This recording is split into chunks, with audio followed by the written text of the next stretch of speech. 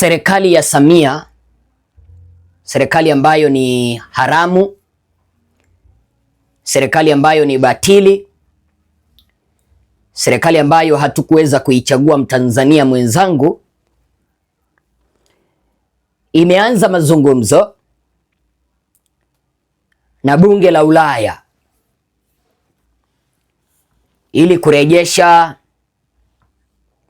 misaada ambayo ilikwamishwa au kufungiwa na bunge la Ulaya mwaka uliopita, haswa baada ya serikali ya Samia ambao ni batili kuwaua Watanzania zaidi ya 10,000. Karibu ni kuchanganulie. Hizi ni taarifa ambazo ni siri. Vyombo vya habari nchini mwetu Tanzania vimelipwa visitangaze, kwa sababu Watanzania wakijua taarifa hizi wanaweza wakajazana katika ukurasa za bunge la Ulaya na kukataza bunge la Ulaya lisipee serikali ya Samia misaada ambayo waliweza kuifungia mwaka uliopita. Mimi ni mtangazaji wako Bwana Ezra, mtangazaji nguli ambaye siogopi chochote, na nimeamua niweza kukuletea taarifa za ukweli. Kitu ambacho nakuomba ni kimoja tu. Unaona hapa kando kuna penye wameweza kukuandikia like, ninakuomba like. Finya hapo. Haiwezi ikakugharimu chochote. Finya tu like. Umefinya? Nakuomba tena, kuna penye wameweza kukuandikia subscribe. Kama wewe ni mgeni ndio unajiunga na sisi, hapo penye wamekuandikia subscribe, ninakuomba ufanye hilo. Please, tafadhali. Finya hapo subscribe. Bonyeza kengele. Kuna penye wamekuandikia share au sambaza. Tukimaliza kutazama kanda hii, ninakuomba uweze kufanya hivyo, kwa sababu hiyo ndio njia moja ya kuweza kukuza kituo hichi. Taarifa ambazo ninapokea, mpenzi mtazamaji, zinaeleza kwamba serikali ya Samia ambao ni batili imeanzisha jitihada za kidiplomasia kushawishi Umoja wa Ulaya, ukipenda European Union, kuondoa zuio la misaada ya kimaendeleo yenye thamani ya euro milioni 156, takriban ya shilingi bilioni 400 za Tanzania. Sasa ninaelezwa kwamba misaada hiyo, au tunakumbuka kwamba misaada hiyo iliweza kusitishwa mnamo Novemba mwaka uliopita, siku chache tu baada ya Samia kuweza kuiba uchaguzi, kulazimisha Watanzania kwamba yeye ndio kiongozi, baada ya kuwaua Watanzania zaidi ya 10,000 na akaweza kuwazika kwenye makaburi ya Kunduchi, baada ya kuweza kukamata viongozi wa upinzani, wengine hata wajulikani waliko, akina Humphrey Polepole hawajapatikana.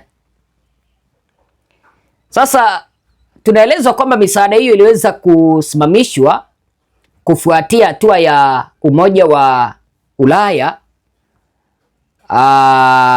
kuelezea wasiwasi wake juu ya hali ya haki za binadamu na kudorora kwa misingi ya kidemokrasia nchini baada ya uchaguzi mkuu wa Oktoba 29 mwaka 2025. Sasa kulingana na ripoti ambayo nimeweza kuipokea kutoka Ulaya, mimi niliwaambia kwamba niko na vyanzo vyangu vingi sana. Inanieleza hivi: mnamo tarehe 3 mwezi huu wa pili, najua leo ni tarehe 11 mwezi wa pili. Sasa ninaelezwa mnamo tarehe 3 mwezi wa pili mwaka 2026, waziri wa mambo ya nchi Mohamed Thabit Kombo alifanya safari mjini Ubelgiji kwa ajili ya mazungumzo na viongozi waandamizi wa bunge la Ulaya, kwa lugha ya Kimombo ukipenda European Union. Sikiliza, taarifa hizi unajua zijatolewa. Katika ziara hiyo, Waziri Kombo alikutana na viongozi mbalimbali akiwemo: moja, makamu wa rais wa Umoja wa Ulaya; mbili, makamu wa rais wa bunge la Ulaya Yunus Omarjee. Na ninaelezwa kwamba lengo kuu la mazungumzo hayo ni nambari moja, kupunguza mvutano wa kidiplomasia uliopo; mbili, kujenga upya uhusiano wa kirafiki na ushirikiano. Nimekueleza kwamba moja ni kupunguza mvutano wa kidiplomasia uliopo kati ya Ulaya na Tanzania; mbili, kujenga upya ushirikiano wa kirafiki kati ya Tanzania na Ulaya; tatu, ni kuunda ushirikiano baina ya Tanzania na Umoja wa Ulaya. Sijui iwapo nakumbuka kitu ambacho kiliweza kuchochea bunge la Ulaya likasimamisha misaada yake kuja kwa taifa letu la Tanzania. Kwa kiduchu tu niweza kukumbusha, ni kutokana na wasiwasi juu ya hali ya demokrasia na haki za binadamu katika taifa letu la Tanzania. Mnakumbuka au niwakumbushe, bunge hilo la Ulaya liliweza kusema kwamba serikali ya Samia kipindi cha kampeni na hata kipindi cha kura iliweza kukiuka haki za kibinadamu pamoja na kuweza kuwapea viongozi wa upinzani mateso, kukandamizwa kwa uhuru wa vyombo vya habari na mashirika ya kiraia vilevile kulikuwepo. Vilevile kitu ambacho kiliweza kuchochea bunge la Ulaya likasimamisha ile misaada ni kutokana na hatua kali ambazo serikali iliweza kuchukua dhidi ya waandamanaji kufuatia uchaguzi. Mliona wengine waliweza kukamatwa wakafunguliwa mashtaka ya uhaini. Hii ilionyesha kuporomoka kwa demokrasia katika taifa letu la Tanzania na kuharibika kwa mazingira ya kisiasa, jambo ambalo bunge la Ulaya halikutaka kuunga mkono. Na ndio maana wakaona kwamba pesa ambazo wanaendelea kupeana kuja kwa taifa letu la Tanzania za misaada ndizo zinatumika kuvimbisha viongozi ambao wako Marekani, yani viongozi ambao wako madarakani vichwa. Pesa zingine wananunua kitu ambacho kinaitwa silaha za mapigano na vingine. Sasa hali hiyo ya kidemokrasia kudorora na haki za kibinadamu katika taifa letu la Tanzania iliweza kuchangia wakasimamisha misaada. Hata nilisikia wakati ule Samia akiwauliza who are you? Mwelekezi wangu alisema aje? Hawana hata aibu. Nje huko wanakaa Tanzania ifanye moja, ifanye mbili, ifanye tatu, halafu ndiyo itakuwa hivyo. Who are you?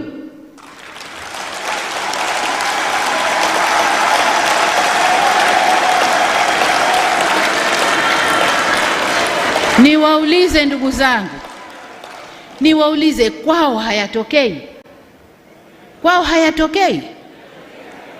Tumenyanyua sauti sisi kusema ya kwao. Wanadhania bado wao ni masters wetu, ni wakoloni kwetu. Kitu gani? Ni fedha chache wanayotugaia, ni fedha chache wanayotugaia, na fedha yenyewe sasa hivi haipo.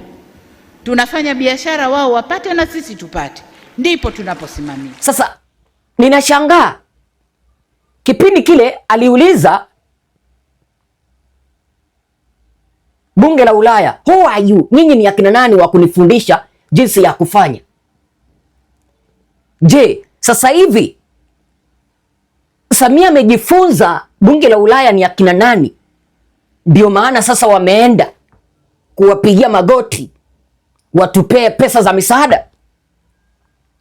Kwa sababu nilimsikia huyu msemaji wa serikali, sijui anaitwa nani, msemaji wa serikali ama wa Ikulu, huyu Msigwa akisema Tanzania tuko na pesa nyingi, pesa ambazo tunapata kutoka kwa makusanyo ni nyingi, hata hatuhitaji hiyo misaada yao yenye tunapokea ni kidogo. Sasa tena wameendea hizo pesa kidogo, tena wameendea hizo pesa kidogo, ni swali langu.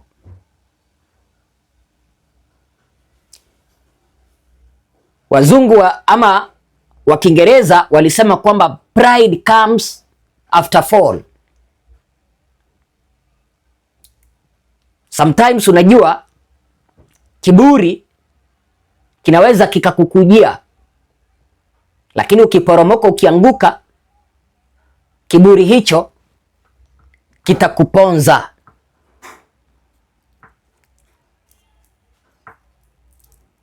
Jambo jingine ni jinsi ambavyo serikali ya Samia iliweza kukamata viongozi wa upinzani.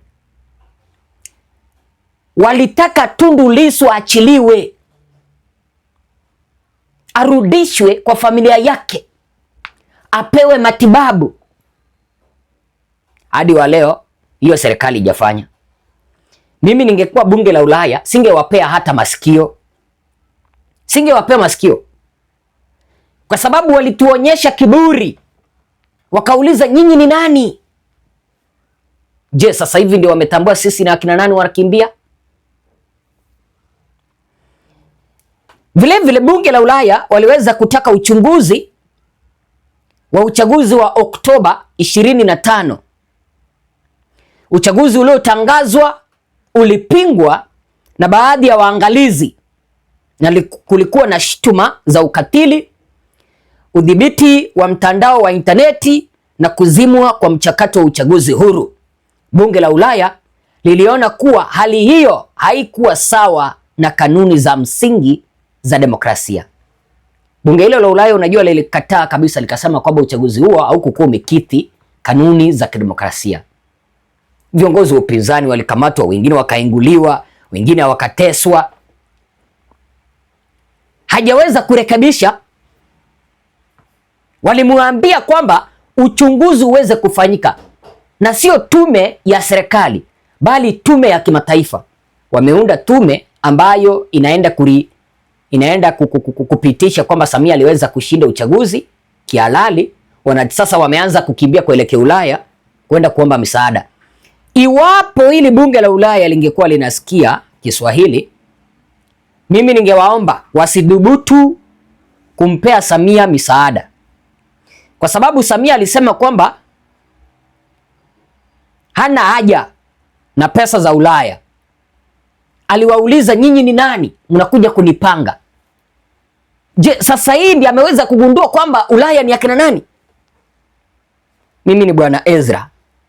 Asanteni sana. Sijui mnaweza mkaambia huyu kimama nini?